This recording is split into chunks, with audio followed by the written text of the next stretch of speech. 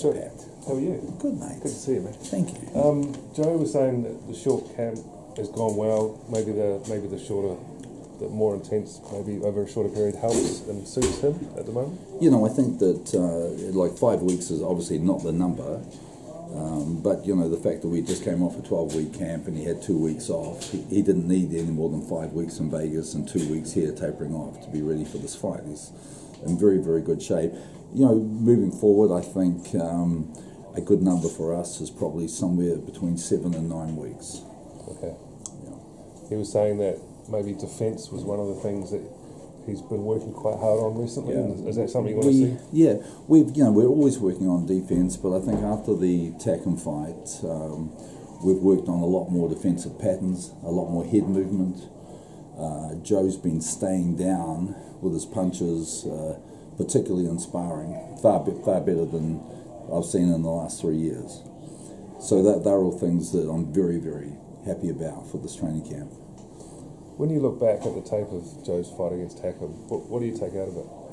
You know, there were some good things and there were some bad things. You know, we learned from that fight that Joe can go into a dark place. You know, get hit with a few shots and regroup and get his composure back and come back and win the next round. We also learned that, you know, he can lose rounds in the fight and not lose his confidence and still regroup and come back. And these are things that are invaluable for a young 24-year-old guy. You know, there are things that you see in the gym and you know are there as far as his character and his personality, but until you're actually in a real situation like that, I think he found out a lot more about himself in that fight than what we found out about him. His instinct in that fight when he got hit was to hit straight back. Right. Which is encouraging to see in a fight. Some fighters go into their shell. Yeah. Whereas Joe, every time Tacken connected, he wanted to take the momentum straight back at him. Right. Well, that's what Joe's like. You know, Joe doesn't like getting hit, and I think, you know, in the 19 fights before that, we haven't seen him hit very often. So I think that, you know, he got hit a little bit more in that fight than he ever has before, and he doesn't like it. Yeah. You know, it's almost like, it's not that he's afraid of getting hit, but it just makes him more determined, and I think he gets angry with himself. Yeah. Some guys, when they get hit, they immediately want distance. It's sort of flight or fight, but his instinct was, I'm going to hit you straight back. I'm going to make. But that's part of the training that we do. Yeah. It's like, you know, and I teach the guys all the time. You know, you break the rhythm up of the other person. When you go into a defensive pattern and you catch, then you just become a catcher, and the other guy is doing all the hitting. You have to break that rhythm up straight away. Yeah. So that's something that he's learned. Well, he reacted very well then, if that's the case. Yeah. He says he's not going to mention Anthony Joshua's name until after this fight. Well, that was something that we did in camp, and obviously, when Joshua fought Brazil, you know, we did a lot of media in the US, and we did a bunch of media in the UK, and some here in New Zealand, and he had to answer those questions. But straight after that, you know, I said to him, look, I don't want to hear Anthony Joshua's name mentioned for the rest of this training camp. You know, the only person I want you focusing and concentrating on is Solomon Haumono. You know, we have a very big target on our back now. A lot of people want what Joe has. And, you know, I've been in this game for a long time, and I've seen a lot of guys look past the man in front of them, you know, at the big goal, the big prize, and come unstuck. You know, so it's very, very important for us that we prepare ourselves the best we can for Solomon Haumono, a guy who I know he's going to come here in really good shape. Haumono's done some really smart things at this stage of his career. He lined himself up with Justin Fortune, who's a world-class, very experienced trainer. Justin has worked with a lot of world champions. He spent 5-6 years with Manny Pacquiao, and he was the man whose responsibility was to condition Pacquiao for his fight. So we know one thing, that Haumono's going to come here very fit and in very good shape, the best shape that he could possibly be in.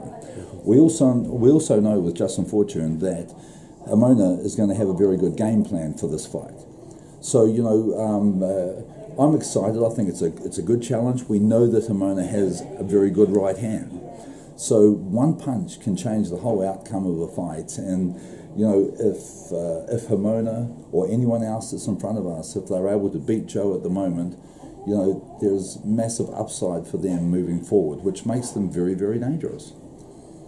What have you heard about when you might face Joshua? That's not our decision. We're sitting there at the mandatory. He's the champion. Him and his promoter, they control that decision. Look, there's a chance we could fight him in November. Personally, I don't think it's an option they want to take. All I know is that whether we fight him in November, we fight him in March, April next year, when that time comes, we'll be ready. We'll be ready to step into the ring. When the lights are on is when Joseph Parker shines the best. Joe's a big time fighter. I think the bigger the fight, the bigger Joe's game, and I have no hesitation or concern at all that moving forward, that when that time comes, that we won't be ready. Thanks, mate. Sure.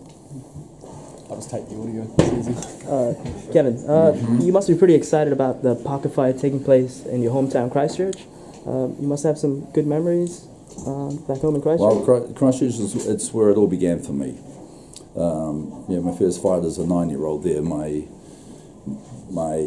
father was Olympic and Commonwealth coach. My mother was the president of the Canterbury Boxing Association. She was the first ever woman vice president of the New Zealand Boxing Association. Both my brothers are in boxing. One of them runs a gym in Christchurch. The other is a timekeeper.